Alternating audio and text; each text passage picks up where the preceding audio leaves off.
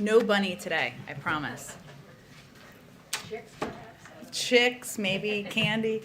A couple of updates for all of you at the top. We provided a bit of an update on what the Jobs Cabinet has been up to since the President announced the American Jobs Plan last week, so just wanted to provide you a little bit more of an update. As we noted yesterday, they've been hard at work throughout the congressional recess, making calls to Democratic chairs and Republican ranking members of the relevant committees and to appropriators. They've led briefings for major House and Senate caucuses. Secretary Buttigieg will meet with the moderate New Democrats caucus this week. The Office of Public Engagement will lead calls throughout this week with private sector, rural and agricultural stakeholders, climate groups, local chambers of commerce, faith leaders, minority leaders, community college groups, and more. And the Office of Legislative Affairs is coordinating about 30 briefings for majority and minority committee staff of committees with jurisdiction over the American Jobs Plan. These efforts will continue, of course, when members return to Washington, and as I noted yesterday, the President looks forward to welcoming members to the White House, and as we have that locked in, we'll provide more details to all of you.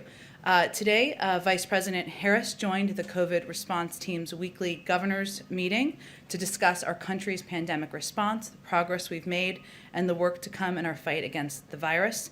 The Vice President highlighted the country's work in the pandemic response to date, including today's announcement that the President will announce officially later this afternoon that we've reached 150 million shots in arms since entering government, and that by April 19th, all adult Americans will be eligible to get the vaccine. That doesn't mean they will get it that day. It means they can join the line that day if they have not already done that beforehand. She also noted the important work to come, in particular around ensuring access to the vaccine in every community and building confidence in the vaccine in every community. She highlighted best practices to ensure equity remains at the cornerstone of our vaccination effort. She also touched on the $3 billion in funding, largely from the American Rescue Plan, that will enable states and cities to support community-based organizations in launching new programs to increase vaccine access, acceptance, and uptake. And there was some more news today about how that will be distributed and used. She's also in Chicago today focusing on vaccine equity. In Chicago alone, the CDC will invest $33 million to support efforts to increase vaccine distribution and access with a specific focus on communities of color. Also today, in his weekly update, it's a part of the same call, I should say for clarity, COVID response coordinator Jeff Zients announced there will be more than 28 million doses across channels this week. Cumulatively, over the past 3 weeks, we will have sent out nearly 90 million doses of the vaccine. He also stressed to governors that while we continue to make strong progress, it is critical that we continue to mask up and socially distance. Josh, why don't you kick us off? Thanks, Jen. On the vaccine and vaccination announcement, we've kind of known for weeks that you'd see this ramp up in production. Mm-hmm. And I'm curious, why move up the timeline now? Is there a desire to make sure that people who are hesitant or reluctant to get a vaccine feel like they can do so? What's the thinking there? Well, first, the President had already announced that he was asking states to move up their timelines. So this is more providing clarity to the American public who may tune in to the President's remarks or clips that you all share on the news that they're all eligible. It provides clarity, it reduces confusion, and it ensures that Americans who are not yet vaccinated, who are looking to get vaccinated, they know they are all eligible, all adults, I should say, on April 19th. And then, secondly, it's been about a week since the President announced his infrastructure plan. Mm-hmm. Lots of states, counties, cities are wondering how they would qualify for any money. Do you have any details on what that process would look like? Sure. Well, first, ultimately, it will be up to Congress and something we'll have a conversation with members and committees about. That's part of why it's so important to engage at a committee level and staff level. And many of you who have been through a journey like this before know this, but let me just reiterate some of the pieces of the process.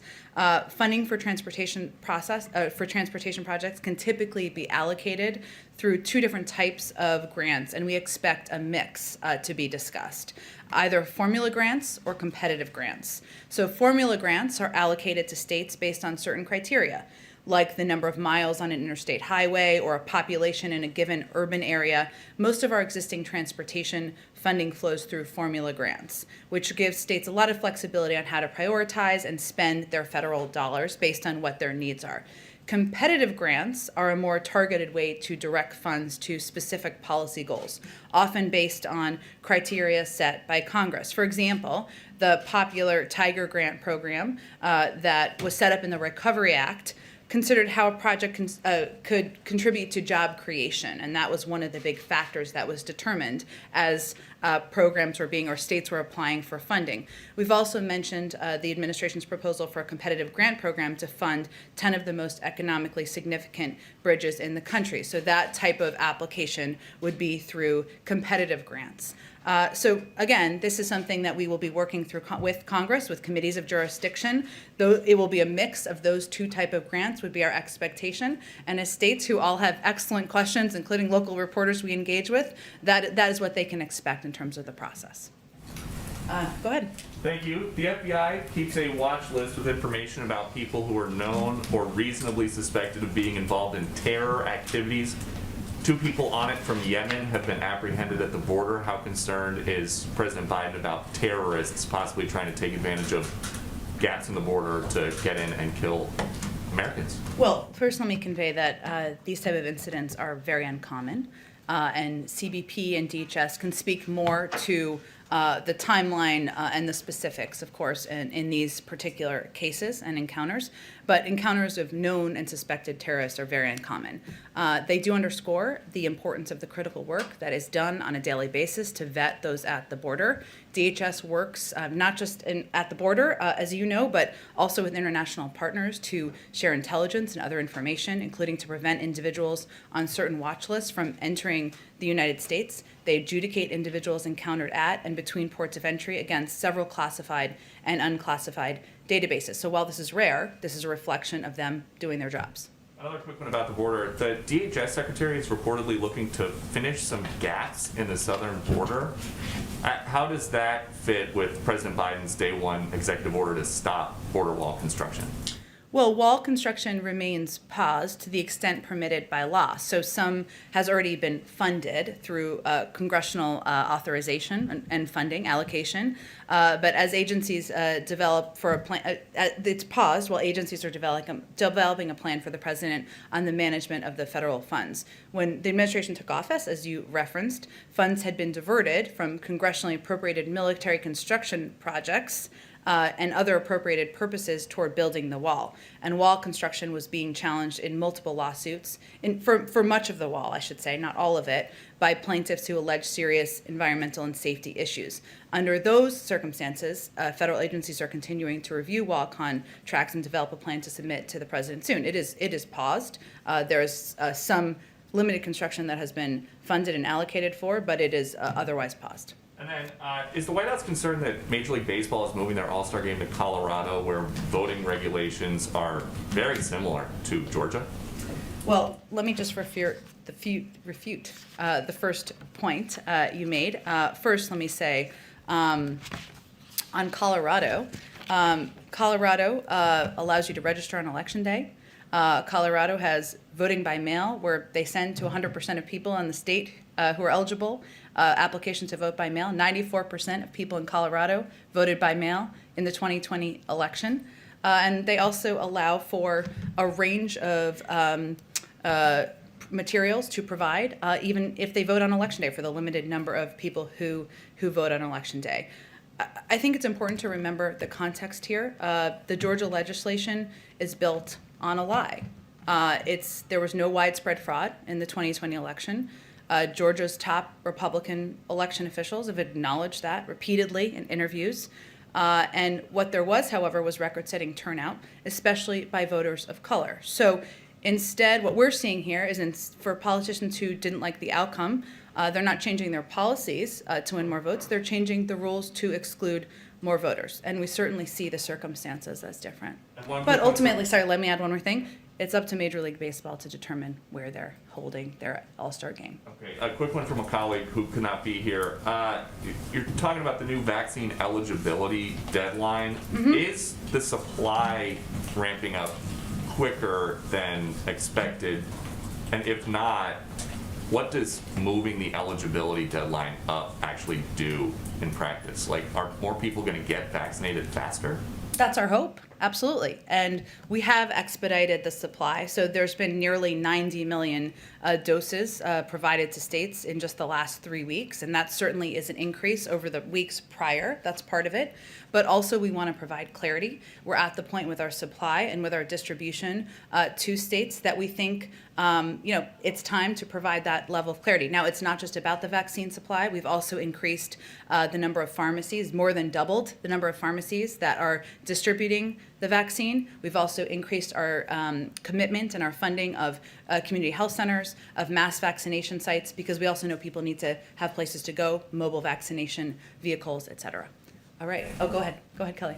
On the vaccines, is this about leading governors to move more quickly, or is this about reacting to what governors have already done? Because most states had already moved their eligibility. And it sort of seems like the president is now affirming a date that for many people was already the real. And he had called for them to move this date forward a couple of weeks ago. So he had also called for the date to move forward from May 1st as well. So he is certainly confirming for the public that everyone is eligible around the country. That is a great deal of clarity. They don't have to go to their local state website and see when they're eligible. They know that they are eligible on April 19th.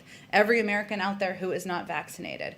This is also part of the effort here, and part of what he'll be conveying later today is to communicate to seniors and people who have seniors in their community, maybe members of their family. This is the time to go now to ensure seniors who are your loved ones, your family members, people in your neighborhood, to go now, because the lines are going to become longer. There are going to be more people waiting, so he'll also be sending that clear message. So this is more about public education than accomplishing a particular goal. Is that fair to say? Well, we certainly wouldn't be at this point had we not purchased enough supply to vaccinate every adult American, had we not increased the number of vaccinators who can distribute the vaccine, put them in shots in arms, and had we not massively increased our investment in places where people could go. So it's a signal that, one, we're delivering clarity, but also we are at a point where there's enough supply, there are enough vaccinators, there are enough vaccination sites that every American adult is eligible April 19th. That is an accomplishment for the medical field. It's an accomplishment for the people who are running the operational piece. It's an accomplishment for the medical experts locally who are running these programs in different states.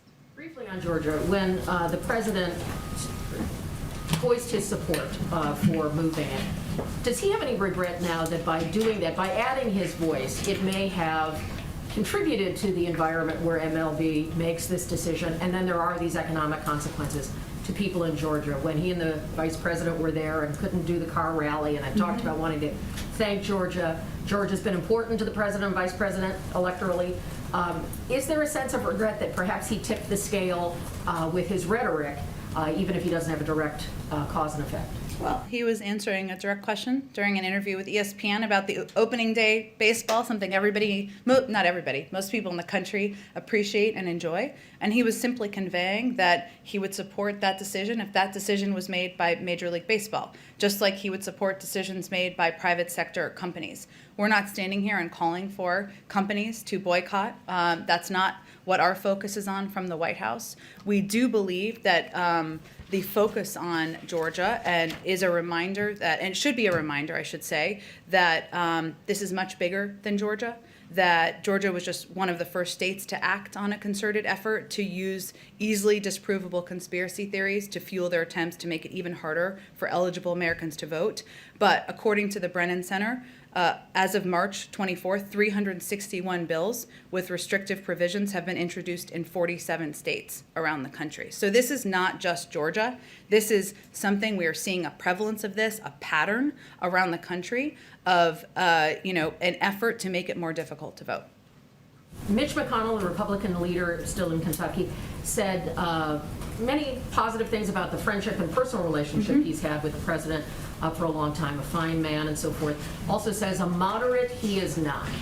Does the president still identify as a moderate within the Democratic Party, or do you feel that he has moved more, or does the president feel he has moved more to the progressive wing of his own party?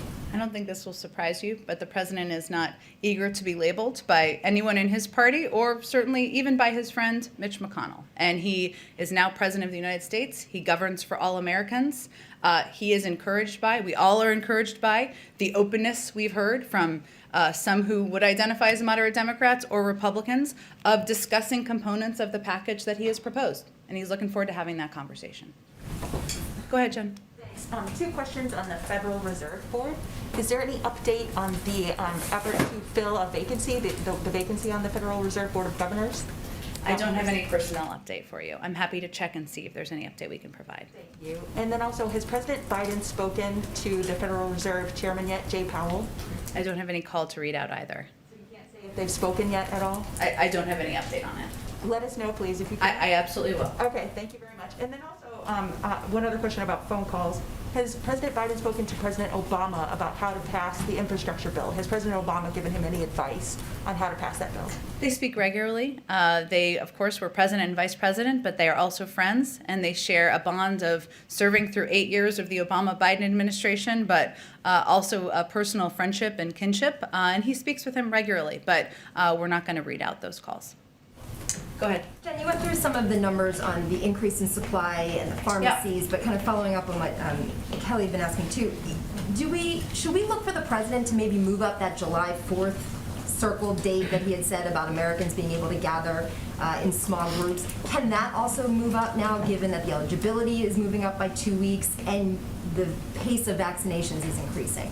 Well, we're certainly encouraged by the fact that we are vaccinating, our team is vaccinating, our experts across the country, I should say, are vaccinating on average about 3 million people a day, which is far larger than any other country in the world. But we know that it's not just about having the supply or eligibility. It's also about people in the country, eligible adult Americans, going to their community health center, going to a mass vaccination site, going to a pharmacy to get vaccinated and get that shot in their arms. So any changes we would make in advising the public, we would certainly do in close coordination with the advice of the CDC and our health and medical team. I don't have any expectation of that at this point, but we're always looking at how we can provide clarity to the public. And you had said that the lines might start getting longer, so seniors should start getting their shots now just to make sure they're not doing it when it gets clogged up. Mm-hmm. Are you concerned that because the eligibility has expanded, that the supply can match that you can still be on pace to vaccinate all American adults who want it by the end of May? We will have enough supply by the end of May, and we certainly remain confident that we will continue to be able to provide the supply that states need to vaccinate people in their states, and we'll continue to provide supply also independently to the pharmacies, which is a program that has started out as a pilot and has been incredibly successful. So we are confident in what the path looks like ahead, but we also constantly contingency plan. We know things happen. Trucks break down. There are issues in manufacturing sites, as we saw just last week, and we are constantly contingency planning about steps we need to take to ensure we have adequate supply out through all of our programs. The president continues to urge Americans to be vigilant. We expect he'll do that today in his remarks. But over the weekend, we saw Americans traveling for the holiday weekend. We saw a totally packed baseball stadium in Texas yesterday. Basically, there are Americans across the country who are doing exactly what the president is telling them not to do. Is the message, are Americans not hearing this, or are they hearing it and ignoring it? I think the president recognizes that this has been a long and difficult journey for the American public. The country has been shut down in one form or another for more than a year now, and people have missed birthday parties, weddings, baseball games, going out to restaurants. It is difficult, it is hard, and what he's asking people to do is to sacrifice a little bit longer. And he will continue to make that case and make that argument. Now, while we saw the baseball game, as you noted, and other events over the weekend, and we certainly anticipate as the weather gets warmer, there will be a temptation. We've also seen communities where local mayors, businesses have conveyed to their communities that we need to hang together, we need to remain vigilant, we need to wear masks, and we will get through this together. So we are hopeful that that's exactly what the majority of communities in this country will do. Go ahead. Thank you. Couple of clarifying questions just on the vaccine stuff. One, does this change the date at all by which there is an expectation everybody is vaccinated? I mean, does that move up? Does the administration sort of have a date where they expect everybody to be vaccinated? Well, getting to a point where the majority of the American public is vaccinated is about more than supply. So what this announcement is conveying is we are at a point with the supply we have available, the number of vaccines, vaccination sites, vaccinators, where we believe everybody in the country should be eligible, can get in line by April 19th. Many people will have been in line or will even be vaccinated, as we've seen by the numbers before then. But it is going to take the American people going, masking up, socially distancing, and going and getting vaccinated. We're going to make that as easy as possible, but there are roles that we can play, and then there are roles that the public have to play. My question is, once they get in line on the 19th, by the 19th, how long that line ultimately may be?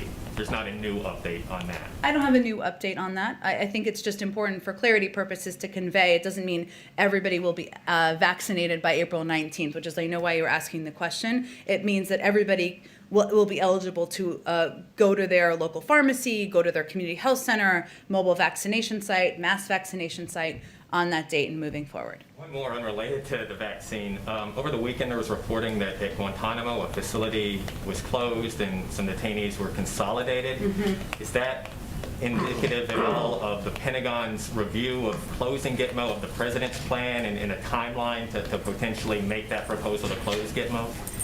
The president remains committed. That is his desire and the outcome he would like to see. Obviously, that process would be overseen by the Department of Defense, so I would refer you to them for more specifics about those moves in that announcement.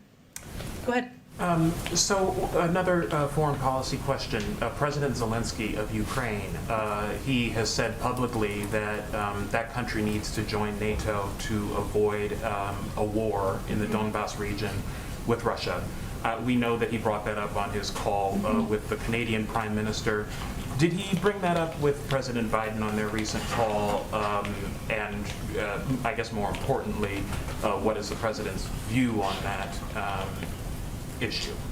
Well, one, that has long been the aspiration of Ukraine, and one that has been raised in a range of conversations with U.S. officials over the course of several years. I would defer to them. We would, of course, defer to the Ukrainian government on reading out what they raised on the call with the president. But in addition to in addition to our reassurances that are consistently made to Ukrainian officials of our support for them and support for their sovereignty, we're also discussing our concerns about the increase in tensions in the ceasefire violations, regional tensions with NATO allies, and certainly would be here to hear from them, as we have for years, about their aspirations and the process they need to go through. But as far as an official White House position on whether they should be able to join NATO soon, is there a position? Again, it's been an aspiration of Ukraine's for some time. We've long been discussing that aspiration with Ukraine. We are strong supporters of them. We are engaged with them in working to push back on the destabilizing actions. But that's a decision for NATO to make, and we'll continue to be, recipients of their interests. Okay, and you said a minute ago that the Georgia voting rights law was based on a lie. Mm-hmm. We had a poll yesterday that showed that more than half of Republicans believe that the election was stolen from Donald Trump, and that the Capitol riot was led by left-wing agitators. Is there a public policy response to disinformation? Well, first, to disinformation in general. Look, I think that the prevalence of disinformation is something that is of concern to the president. He believes there is a range of reasons for it. Some relate to the platforms. Some relate to the individual actors who are promoting and provoking destabilizing activities and actions through their rhetoric. He's spoken to that in the past. This is certainly an issue that the president is focused on, and he will work with his team on addressing through policy measures, but I don't have anything to preview for you. Okay, just one more quick thing on the American Jobs Plan. Mm-hmm. There's a Moody's estimate that you have cited. Basically, their estimate is that 2.7 million jobs will be created over 10 years if that plan is passed as it's been proposed. I think that works out to something like $850,000 per job. Given that, are you open to ideas about a more targeted way, a cheaper way of achieving the same goal in terms of number of jobs created? Well, we're always open to hearing from members of Congress and on their ideas and what they think should be a part of the package. At the end of the day, the president's red line is inaction. He won't tolerate inaction on rebuilding our nation's infrastructure, something that has long been outdated. He believes that we need to invest in that so we can improve the lives of ordinary Americans and make it easier to do business. He also believes that investments in long-term economic growth will create good-paying jobs. There was another study that showed that about 75% of these jobs, a Georgetown study, I should say, would go to workers who did not have college degrees. And that is certainly a population in this country that needs extra assistance, and it would be highly targeted in helping give a leg up to people who need that help. He also believes that we need to invest in order to help us outcompete China and invest in our own emerging economies to do that, and that we need to invest in the American people, that the American people are the backbone of our nation's, of our country, and that is part of our proposal in this package. Go ahead. Thank you. Just two questions. One on vaccine again. Is there any thought being given to a federally organized vaccine passport of some kind? Does the president see that maybe as some kind of tool that could be used, or would he lean more on the side of people who have raised objections over privacy and so on? Well, let me be very clear on this. I know there's been lots of questions. The government is not now, nor will we be supporting a system that requires Americans to carry a credential. There will be no federal vaccinations database and no federal mandate requiring everyone to obtain a single vaccination credential. As these tools are being considered by the private and nonprofit sectors, our interest is very simple from the federal government, which is Americans' privacy and rights should be protected, and so that these systems are not used against people unfairly. There is a movement, as you know, in the private sector to identify ways that they can return to events where there are large swaths of people safely in soccer stadiums or theaters, and that's something that that's where the idea originated, and we expect that's where it will be concluded. We will be providing some guidance, which will look like an FAQ, a frequently asked question. I hate acronyms, but that provides important answers to questions that Americans have, in particular around concerns about privacy, security, or discrimination. Soon, I don't have an exact date for that yet. Okay, and if I might, another question on Iran. It's pretty clear what the carrot is for Iran. Mm-hmm. That's obvious.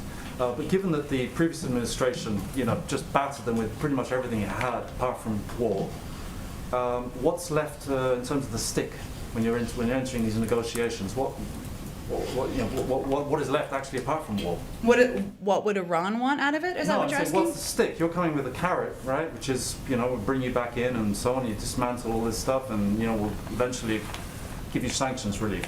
That's pretty clear. But they withstood the sanctions under the Trump administration, and they in fact only increased their activity in the nuclear. Well, field. if you go back historically just a few years before the Trump administration to the Obama-Biden administration, sanctions were put in place which incentivized, in many ways, getting them to the table to have the discussion about the joint plan of action. So, look, I would say at this point, today's the first day of discussions. As you know, these discussions are happening in Geneva, and they are happening through our European counterparts and partners.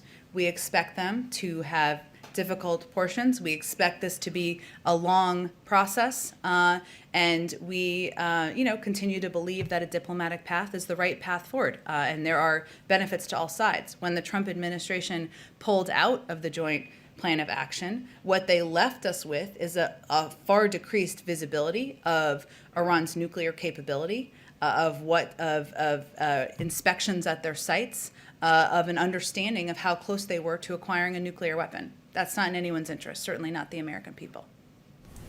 Go ahead. Jen, Senator Schumer's office said last night that the Senate parliamentarian had ruled in favor of additional reconciliation bills. I wondered if the administration had any view on that ruling. And in light of this ruling, is this the likely path that the president will take with the Senate in terms of getting this infrastructure bill across the finish line? Well, the president continues to believe, less than a week after he announced the plan, I'll say, that there's a bipartisan path forward. And we are encouraged, not just by 80% of the public that believes that it is long overdue to invest in infrastructure, that not just roads, rails, and bridges, but there is a way we should, a role the federal government can play in rebuilding the infrastructure of our economy and helping support American workers for the 21st century. This is a mechanism, as you know, reconciliation is a mechanism for passing budgetary bills in Congress. We will leave the mechanisms and the determination of the mechanisms to leaders in Congress. But right now, less than a week after he announced the American Jobs Plan, our focus is on engaging with Democrats and Republicans, with staff, with committee staff, inviting members to the White House next week, and we are encouraged by some of the statements that have been made about components of the package where we could find agreement. On infrastructure, some Republicans have quibbled with the way infrastructure should be defined in the bill.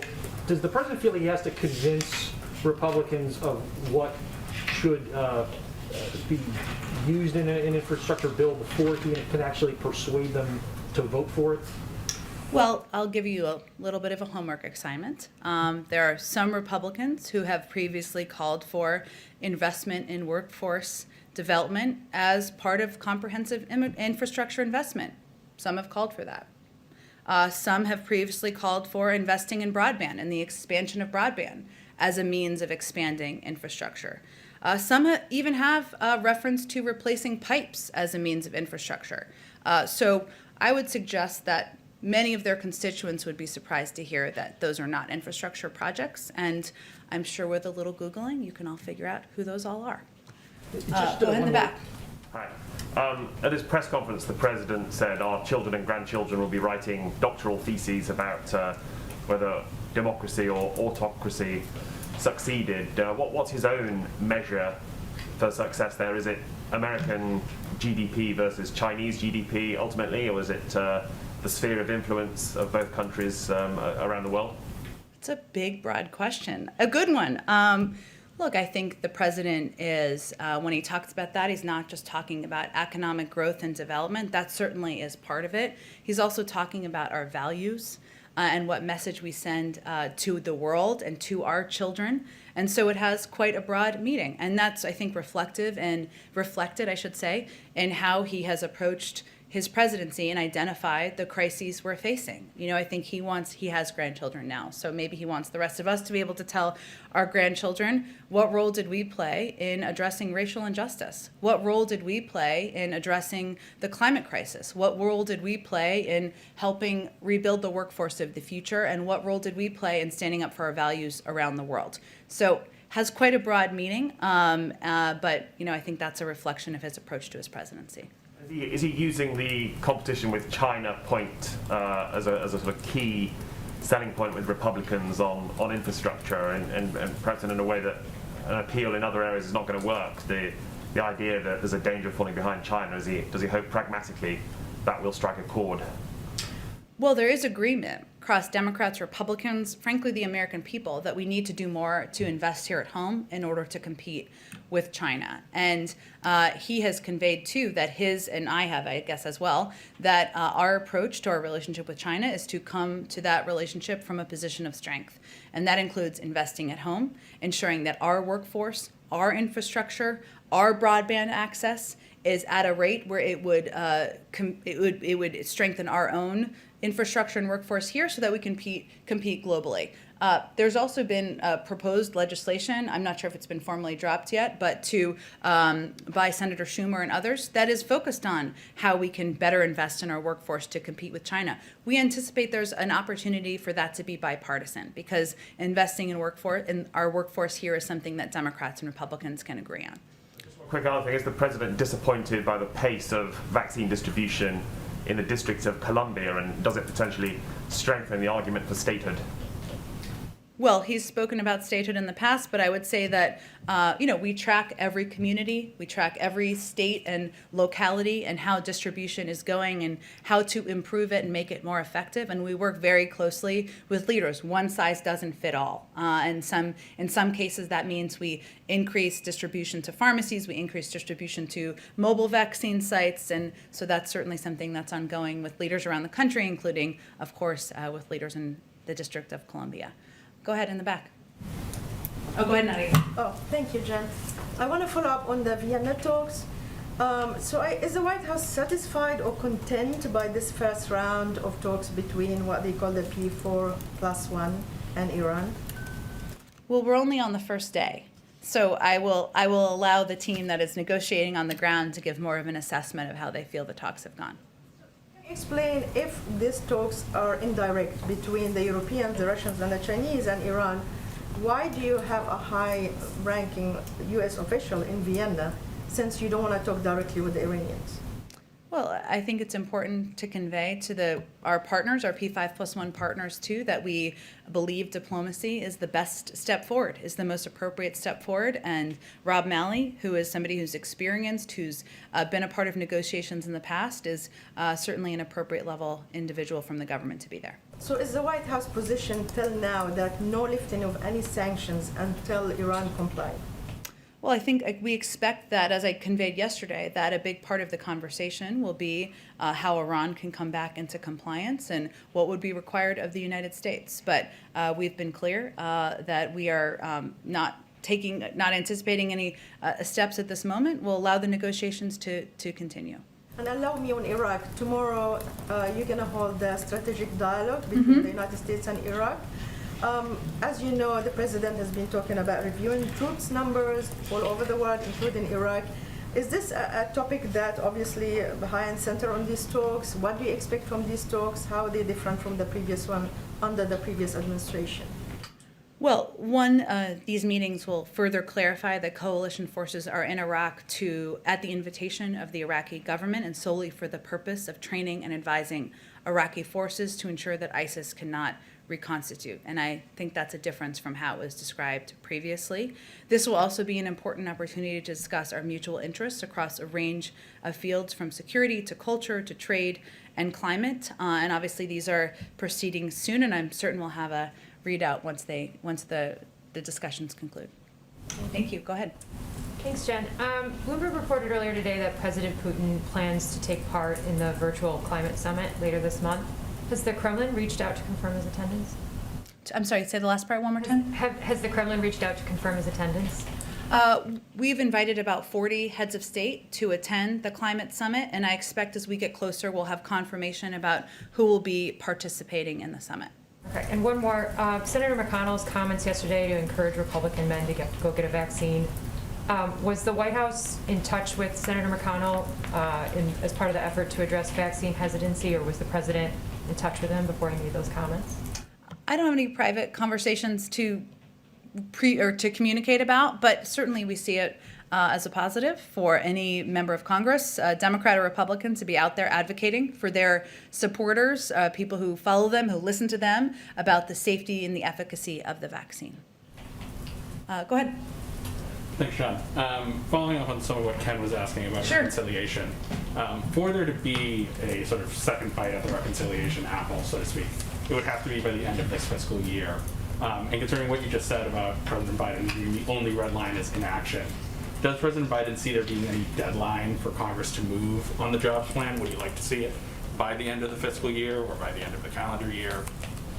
We'd like to see progress by May and certainly a package through by the summer.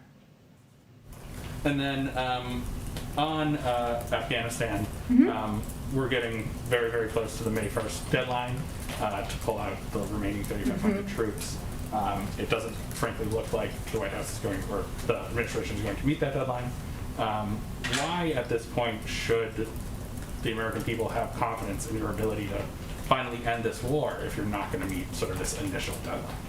Well, first, it wasn't a deadline we set, but this president, has conveyed that it would be difficult operationally to meet the timeline of getting all troops out by May 1st. He has also consistently, over the course of the last decade, spoken out about his concerns about the war, and that has consistently been his view, even back when he was vice president and it wasn't aligned with everybody else in the administration. So that should hopefully give people confidence about his commitments. But it's also an important decision, one he needs to make in close consultation with our allies and also with our national security team here in this administration, and we want to give him the time to do that.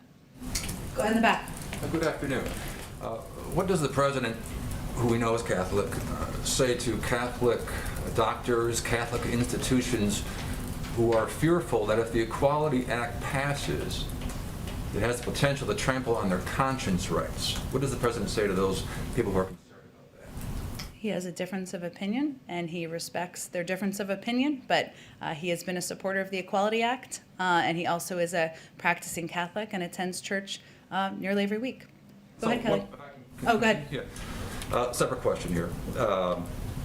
Chicago saw 131 homicides through March of this year. Last year, this time, 98. The White House's reaction to that number, and then is there anything the federal government is planning or willing to do to step into the city of Chicago and tamp down the deadly violence? Just recently, a 13-year-old boy was shot and killed there. Well, I appreciate you raising the fact that there's a prevalence of violence, sometimes at the hands of guns, something the president has fought for throughout his career, which is ensuring that we put in place more gun safety measures. We work with communities to invest in community violence prevention. He's actually proposed funding to do exactly that, something that many groups support because they believe in order to reduce violence, in order to address the prevalence of violence in communities like some in Chicago, that we need to spend the money from the federal government to do exactly that. Can the federal government put any resources right now, immediately, rather than waiting for laws and waiting for community events or what have you to take place? People are dying on the streets by the day. I appreciate you raising it because one thing we don't talk about enough is the fact that beyond mass shootings, there are additional people who die in cities, sometimes young kids, nearly every single day as a result of violence. He has proposed funding. We would support acting on that, and that's what we'll continue to advocate for. I think we got to move on. Go ahead, Kelly. Is the administration looking at how you're going to talk about the number of jobs created from the infrastructure package? Because citing the Moody's numbers from Secretary Buttigieg and Brian Deese talking about 19 million, when that was really talking about a much longer time frame. So since you aren't giving us administration-centered numbers, how can you add some clarity to where the numbers for jobs should be if the Secretary and Mr. Deese overshot in their comments? Well, I think as the Secretary said in an interview yesterday, it is important to be clear and to be specific about jobs numbers to provide clarity to the American people. And it'll be hard to have state-by-state. We'll have state-by-state fact sheets out soon, I think, but it'll be hard to have state-by-state job creation numbers because we won't know the specifics because of all of the bidding processes that will take place as it relates to infrastructure. But Moody's ran an analysis that showed that the economy would create 19 million jobs over the next decade if Congress passes the American Jobs Plan, almost 3 million more than if it doesn't. So that is what the impact would be of the American Jobs Plan, 2.7 million to be totally clear. These are millions of jobs that won't be created if Congress doesn't act to pass this plan. We see that as a positive, but we also will be very clear and articulate exactly what numbers of jobs it will create. Thanks, Jim. Thank you, everyone.